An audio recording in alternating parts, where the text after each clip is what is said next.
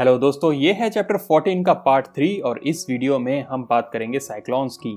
हम जानेंगे साइक्लोन्स कैसे बनते हैं और अलग अलग तरह के साइक्लोन्स के बारे में।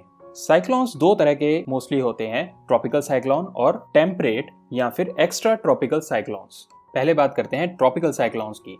अब जैसा नाम से ही पता चल रहा है, ये ट्रॉपिकल एरियाज में पाए जाते हैं। ये अलग अलग तरह के होते हैं, जैसे कि टाइफून्स, हरिकेन्स, टॉर्नेडोज। ये सभी ट्रॉपिकल साइक्लोन्स के ही अलग अलग टाइप हैं। इनके बीच में जो डिफरेंसेस हैं वो हम बाद में देखेंगे। पहले बात करते हैं कि ट्रॉपिकल साइक्लोन्स बनते कैसे हैं। अब ट्रॉपिकल एरियाज के अंदर गर्मी ज्यादा होती है, तो मान लीजिए कोई समुद्र का हिस्सा है जहाँ पर गर्मी ज्यादा होगी, तो वहाँ पे लो प्रेशर का एरिया प्रोड्यूस हो जाएगा। अब जहाँ लो प्रेशर होता है, गर्मी ज्यादा होती है, वहाँ की हवा जो है वो गर्म हो जाती है और गर्म हवा ऊपर उठती है।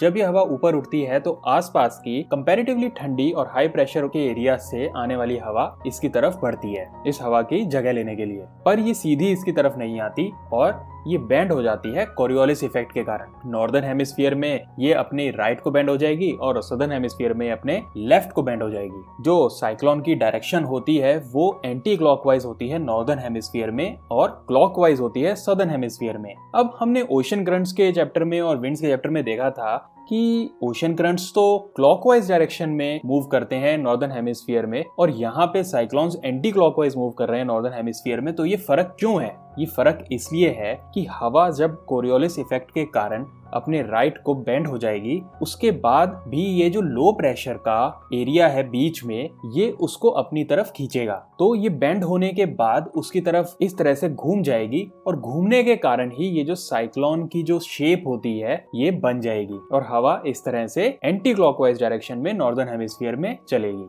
अब ये जो गर्म हवा है ये मॉइस्चर लेके ऊपर को उठेगी और ऊपर जाके जब ये ठंडी हो जाएगी तो क्लाउड्स बनेंगे और बारिश होगी। एक साइक्लोन के जो बीच का हिस्सा होता है उसको हम आई कहते हैं। इसका डायमीटर 30 से 65 किलोमीटर का हो सकता है और यहाँ पे हवाएं इतनी तेज नहीं चलती, यहाँ पे वेदर काम होता है।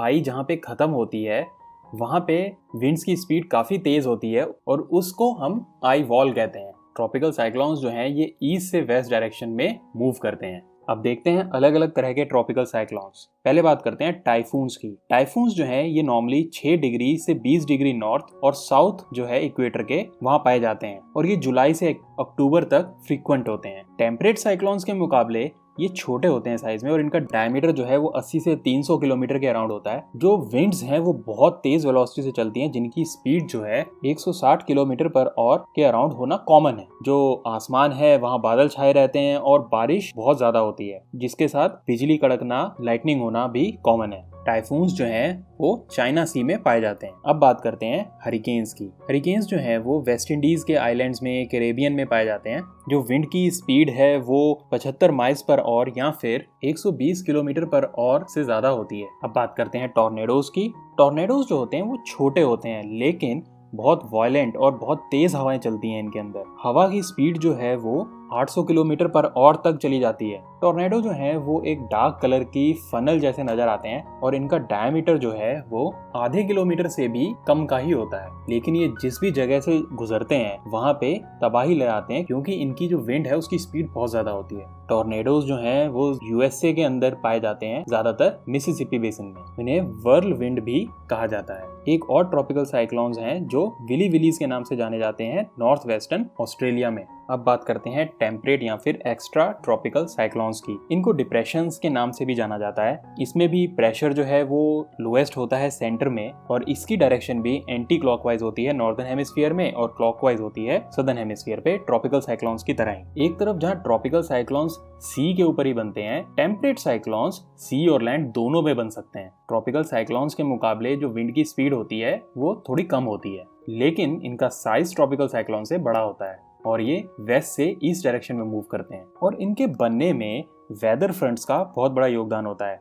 वेदर फ्रंट्स वो जगह होती है जहाँ पे वार्म एयर का मास और कोल्ड एयर का मास मिलते हैं। जैसे कि पोलर रीजन के अंदर कोल्ड एयर होती है, टेम्परेचर कम होता है, और नीचे ट्रॉपिकल एरियाज में वार्म एयर होती है। तो ये जहाँ पे मिलते हैं वहाँ पे एक फ्रंट बनता है, वेदर फ्रंट। इसमें वार्म एयर ऊपर को मूव करना चाहती है और कोल्ड एयर नीचे को मूव करना चाहती है, और बीच में एक लो प्रेशर का एरिया होता है। तो एक एंटी क्लॉकवाइज डायरेक्शन में नॉर्दर्न हेमिस्फीयर में इस तरह से साइक्लोन बन जाता है। जब वेदर फ्रंट पे कोल्ड और वार्म एयर मिलती हैं तो वार्म एयर मॉइस्चर लेके ऊपर को उड़ जाती है और वहाँ क्लाउड्स बना के बारिश करती है और बर्फबारी भी कर सकती है। अब बात करते हैं एंटी साइक्लोन्स की। जहाँ साइक्लोन्स में बीच में लो प्रेशर होता है, वहीं एंटी साइक्लोन्स में उल्टा होता है। यहाँ बीच में हाई प्रेशर होता है, और हवा क्योंकि हमेशा हाई प्रेशर से लो प्रेशर की ओर फ्लो करती है, ये बीच में से बाहर की तरफ मूव करेगी और बाहर मूव करते करते घूम जाएगी, बेंड हो जाएगी। तो कुछ इस तरह की शेप बन जाती है। अब हवा तो घूम रही है, पर इसके कारण वेदर खराब नहीं होता, बारिश नहीं होती,